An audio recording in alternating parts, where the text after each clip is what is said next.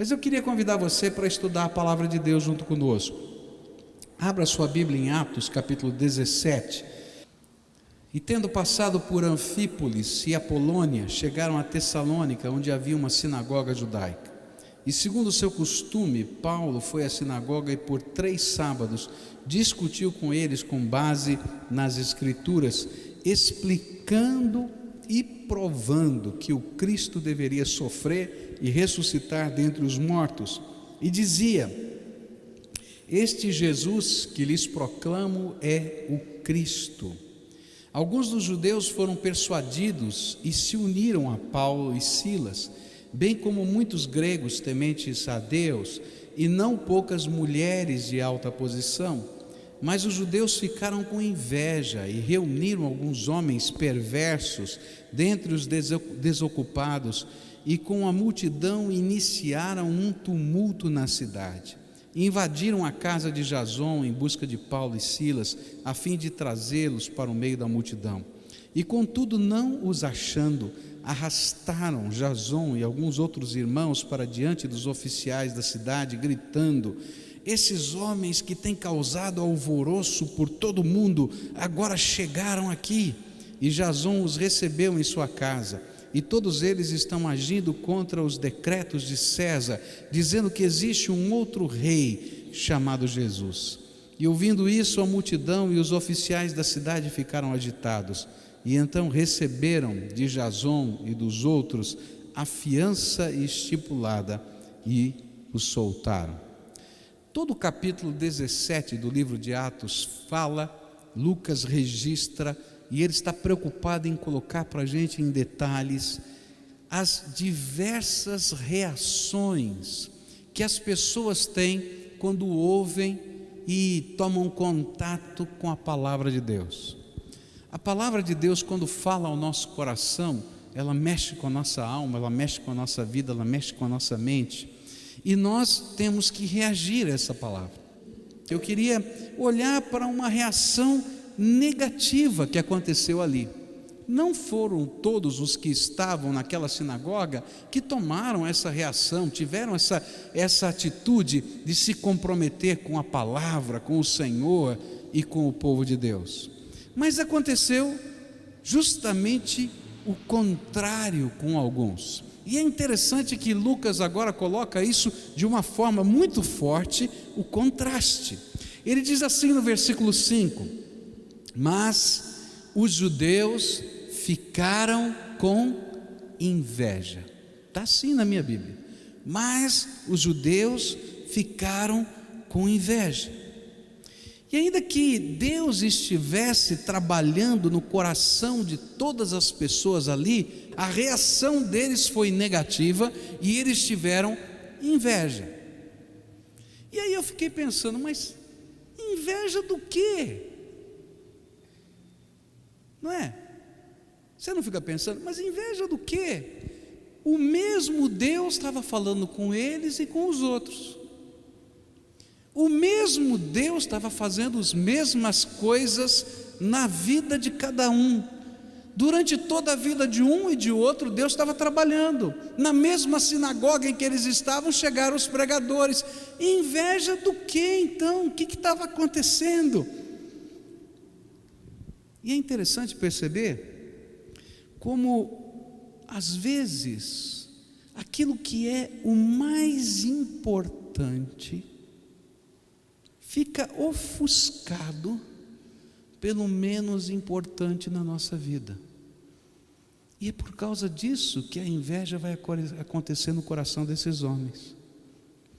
O mais importante não era a sinagoga. O mais importante era o Deus, porque aquela sinagoga foi edificada.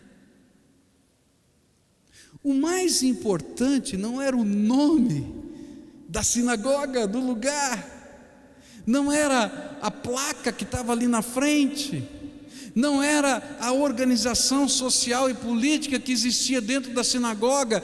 O mais importante era Deus. E era por causa de Deus que as pessoas se juntavam, e é isso que quer dizer sinagoga, ajuntamento, para buscarem, para estudarem e para ouvirem a palavra de Deus. Mas de repente eles ficaram cheios de inveja, porque aquilo que era menos importante tinha tomado o coração deles, e o mais importante, que era Deus, não podia ficar lá. E a inveja estava acontecendo porque os líderes da sinagoga achavam que estavam sendo roubados dos seus adeptos, como se as pessoas que ali estivessem fossem deles, e eles não fossem companheiros dos mesmos na busca daquele que é o maior do que tudo e todos. E aí eles começaram a ter inveja.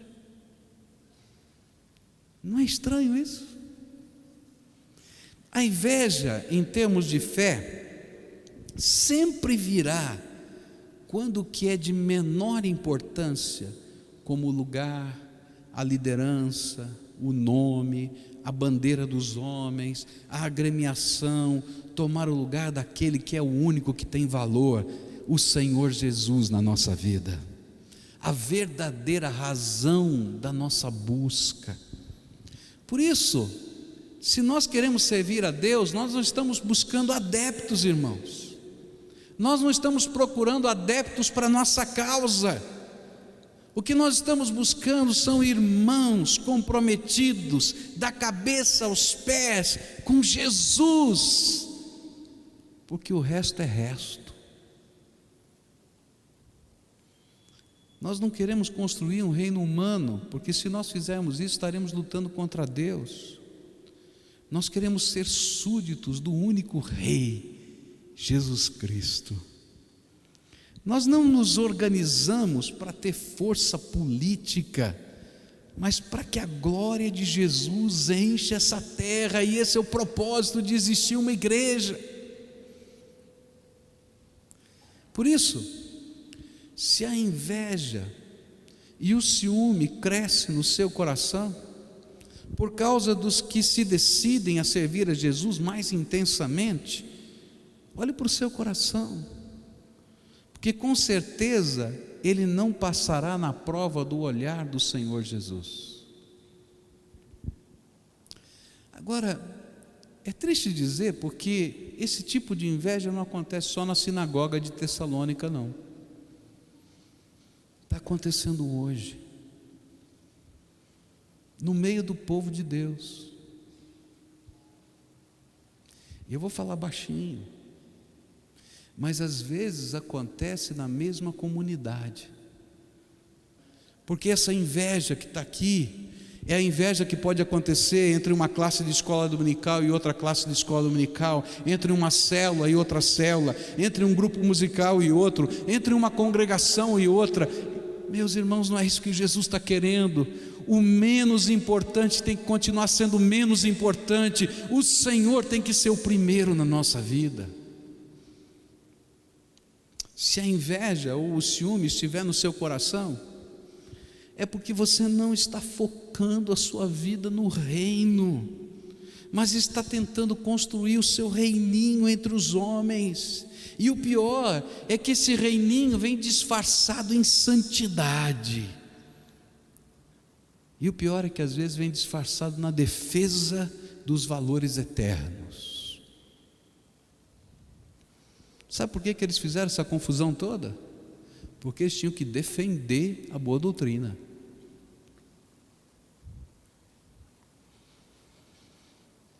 Mas na verdade o que Deus estava mostrando para nós nesse texto é que o que havia dentro do coração deles não tinha nada a ver com fé, doutrina, comunhão com Deus ou santidade.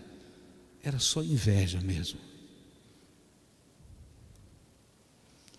O que Jesus deseja é que você esteja disposto a entregar, a honrar, a servir ao Senhor. E quando você reconhecer um homem de Deus em qualquer lugar, se alegre porque Deus chegou naquele lugar.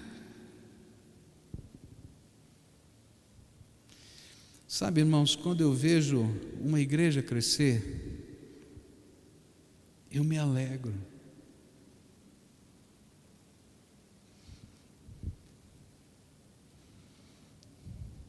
Sabe por quê? Porque o reino de Deus está chegando em outros lugares que eu não posso chegar. E o reino é dele. Eu me lembro de uma discussão há muitos anos atrás, num grupo de pastores. É triste confessar isso publicamente, não é? E que eles estavam querendo saber qual era a distância ideal para que houvesse uma nova igreja. Tipo assim, bom, essa aqui é a minha paróquia, tá? Então esse aqui é o lugar onde eu estou ministrando. Qual seria a distância ideal para a gente construir uma nova igreja? E aí eles estavam brigando, será que é 1 quilômetro? Será que são 2 quilômetros? E aí um homem se levantou no meio daquela reunião e eu achei incrível. Ele falou assim: vocês já viram a estatística de quantos bares existem por metro quadrado e habitante? Aí todo mundo ficou olhando assim. Eu queria que tivesse mais igreja do que bar por metro quadrado e habitante. E querido, se você não consegue entender isso, então você não entendeu nada do reino de Deus. Porque a gente está querendo ver a glória do Senhor encher essa terra. Eu nunca vou me esquecer de uma cena linda. Nós estávamos subindo a serra, nós estávamos em Seul, na Coreia, e lá existem muitas igrejas nos lares, nas casas, nos apartamentos, e eles fizeram uma coisa para impactar a cidade de Seul. Em toda a casa onde tem uma célula funcionando, uma igreja no lar funcionando, eles colocam na parede ou em cima do telhado uma cruz de neon. E queridos, quando o ônibus estava subindo a serra e a gente estava saindo de Seul, a gente olhava para a cidade de Seul e a gente via aquelas cruzes de neon pintando a cidade toda, e a gente sabia que aquele país era um país que até 40 ou 50 anos atrás era completamente budista, e que hoje 50% da população teme e confessa Jesus como Senhor da sua vida. O coração da gente vibrava. Mas se você é só um religioso que não coloca Jesus em primeiro lugar, então a inveja vai entrar no teu coração. E a inveja é um sentimento sutil. Ninguém gosta de dizer que está com inveja. Você escuta, você vê, o cara está morrendo de inveja, está doido de inveja, está babando. A gente diz que está babando de inveja. Diz, eu com inveja? De jeito nenhum. Não é verdade? Porque a inveja é um sentimento sutil, tremendamente sutil. E sabe como ela se disfarça na vida da gente? A gente começa a achar os defeitos do outro e não consegue perceber a coisa mais importante, que é a beleza de Jesus na vida do outro. Mais importante é nunca deixar o que é prioritário, Jesus e o seu reino, em segundo plano. Quando a inveja chega ao nosso coração, ela sempre nos faz acreditar que os fins justificam qualquer tipo de meio, por mais escuso e hediondo que seja. Não, meus queridos, Deus é santo, e não tem fim que justifique meios hediondos, segundo a palavra de Deus. Como Deus pode tomar parte do que é perverso? Como Ele pode aprovar o que afronta a sua natureza? Cuidado! A Bíblia diz que existem muitos falsos profetas que vivem um tipo de fé parecida com a dos líderes da sinagoga de Tessalônica. Jesus nos ensina que alguém que o esteja servindo terá uma vida, valores, atitudes, motivações coerentes com o seu senhorio sobre a sua vida. Se não tiver uma vida coerente com os valores e ensinos do Senhor, não pertence a Jesus. Pode estar na sinagoga, pode estar dentro da igreja, pode estar tocando na orquestra, mas não funciona assim.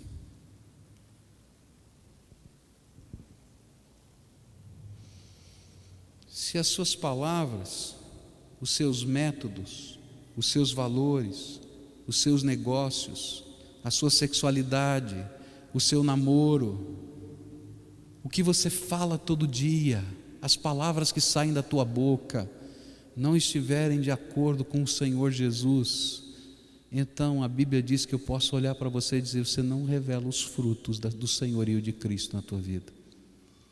Mas ele pertence à comunidade tal, ele faz isso. O que Jesus está dizendo é: ou você vive a fé, ou você é um grande religioso, mas não descobriu nada de cristianismo na tua vida. Não existe meio termo no reino de Deus. Ou você é ou não é. Ou você tem compromisso ou não tem. Ou Jesus transforma a tua vida ou não tem nada. O grande problema é que nós confundimos religiosidade com espiritualidade. Queridos, espiritualidade não é a gente fechar o olho, levantar a mão para o céu enquanto a gente está cantando, não.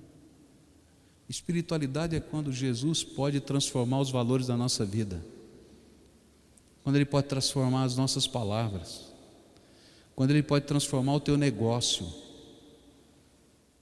quando Ele pode fazer de você alguém que vai perder, quem sabe, à luz desse mundo alguma coisa, porque você tem um valor maior: honrar Jesus como Senhor da tua vida.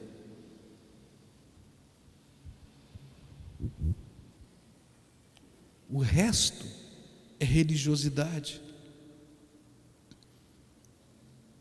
Mas o que a Bíblia está dizendo é que religiosidade e espiritualidade são inconfundíveis, porque a religiosidade está preocupada com a forma. Então, no dia de você vir à igreja, você veste a roupa da igreja, você põe a Bíblia debaixo do braço. Alguns nem isso fazem. Mas passa esse tempo, essas 2 horas que você fica aqui, você tira a roupa e volta a ser o que era. Isso é religiosidade. Agora, sabe o que é espiritualidade? Espiritualidade é quando a gente se reveste interiormente, não apenas dos paramentos, da roupa, dos símbolos, mas a espiritualidade fala da essência, dos valores da vida interior, que se projeta na vida exterior. A minha pergunta para você é: que frutos você tem produzido na tua vida, querido? Não adianta somente dizer Senhor, Senhor. Jesus tem que ser o Senhor da nossa vida. Jesus não quer religiosos, Ele estava cansado deles. Se você pegar a Bíblia nos Evangelhos, vai ver o que Ele fala dos religiosos. Toda vez que aparece lá os escribas e os fariseus, você já viu isso nos Evangelhos? Ele está dizendo: esse bando aí é um bando de religioso, eu não quero discípulo desse. Jesus estava falando isso. E quando falou, disse ainda: olha, vocês são raça de víboras.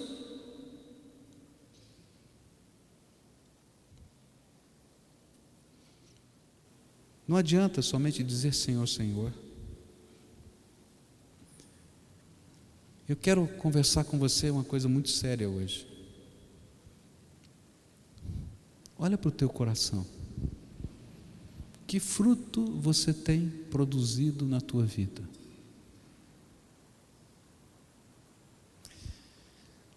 Jesus não quer religiosidade. E eu vou dizer mais para você: qualquer expressão de religiosidade vai gerar no teu coração, dentro de pouco tempo, desilusão. Porque essa religiosidade não vai ser nem um pouquinho diferente do que você conhece lá fora no mundo.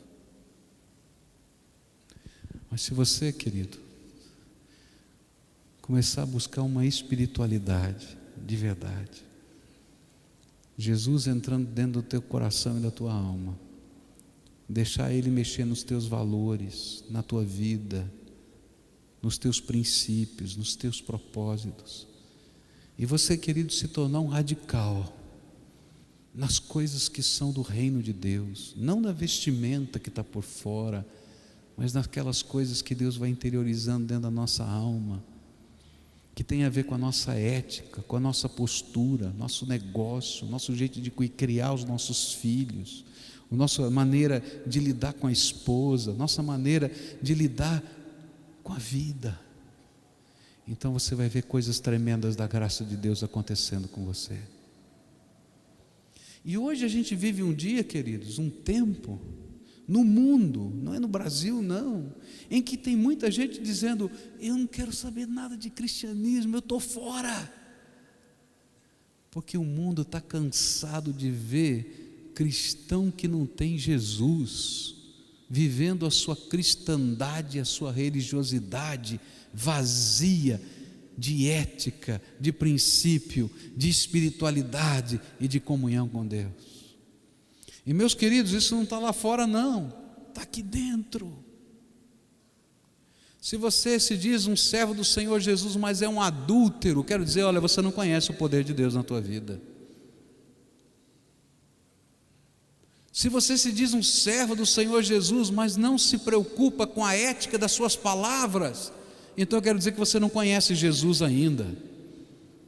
Porque se Jesus entra na nossa vida, Ele vai produzir transformação no nosso coração, enquanto que a religiosidade te dá uma roupa para você usar no ambiente certo. Você usa a roupa certa na hora certa e tira a roupa quando você quiser. Mas Jesus não dá para ser assim. Ou Ele entra na nossa vida e faz diferença todo dia, ou Ele não está em nós.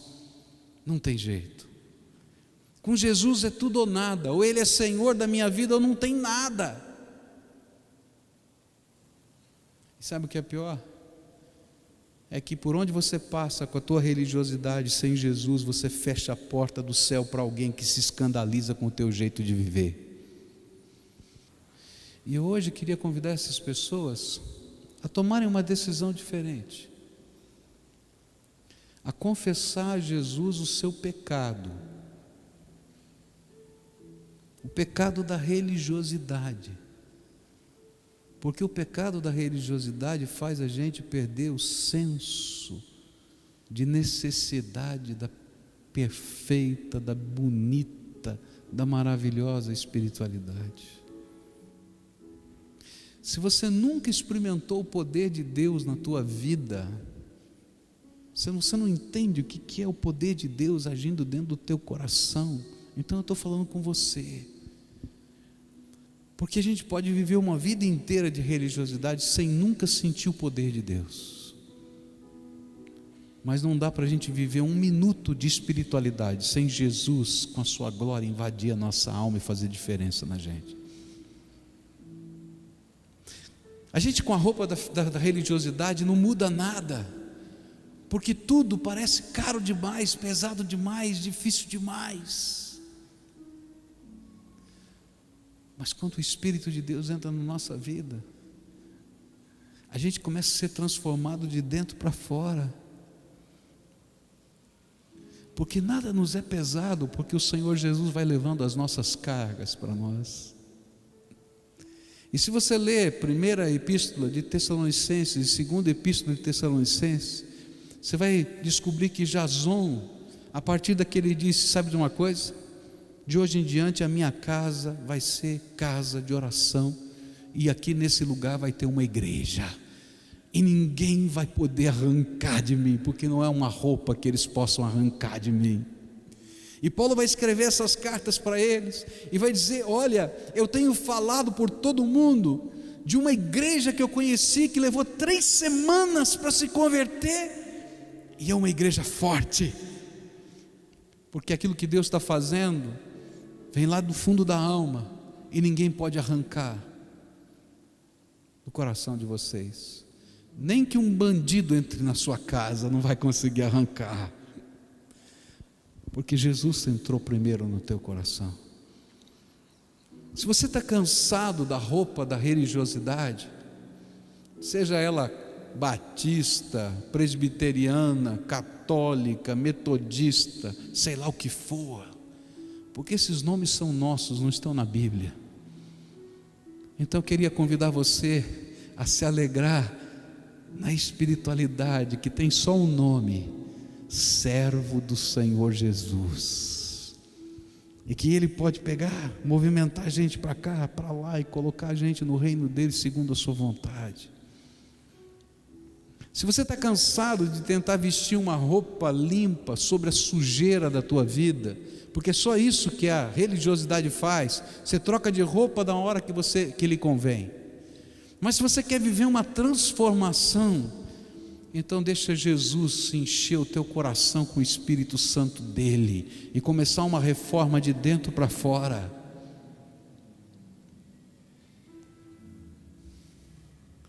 Eu vou colocar minha vida nas tuas mãos, eu quero aprender a viver a ética do reino, eu quero me comprometer com a tua palavra, eu quero ouvir a voz do teu Espírito, eu quero experimentar o poder transformador de Deus, eu vou buscar isso do Senhor. E a Bíblia diz o seguinte, que aqueles que buscam a Deus dessa maneira, de maneira nenhuma Jesus vai deixar sair sem que a graça dele esteja sobre a sua vida.